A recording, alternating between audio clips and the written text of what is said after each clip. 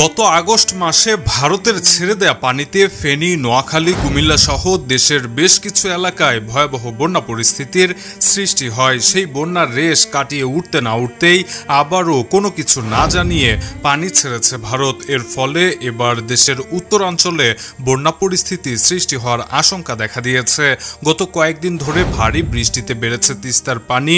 এরই মাঝে গতকাল 2 দফায় গজলডোবা বাদ দিয়ে প্রায় 11,000 কিউমেক পানি ছেড়েছে ভারত। বাংলাদেশের বন্যা পূর্বাভাস ও সতর্কীকরণ কেন্দ্র বলছে, এই বিপুল পরিমাণে পানি ছেড়ে দেওয়ার বিষয়ে আগে থেকে তাদের কিছুই জানানো হয়নি।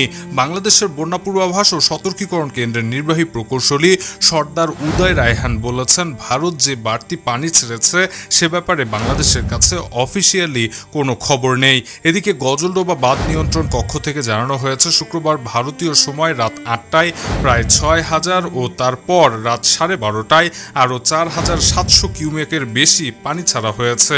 এরপরে আর নতুন করে পানি ছাড়ার কোনো খবর পাওয়া যায়নি। এদিকে এভাবে ব্যাপক আকারে পানি ছাড়ার ফলে দেশের অভ্যন্তরে ইতিমধ্যে ব্যাপক আকারে বেড়েছে তিস্তা অববাহিকায় নদ নদীর পানি।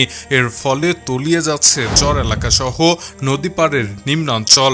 দর্শক, এমন আলোচিত খবরের ভিডিওগুলো সবার আগে পেতে এখনই সাবস্ক্রাইব করে রাখুন ইবিডি নিউজে। সেই সঙ্গে আমাদের ফেসবুক পেজটিতে ফলো করে দিতে ভুলবেন না। কথা হবে পরবর্তী ভিডিওতে, সে পর্যন্ত ভালো থাকবেন। ধন্যবাদ।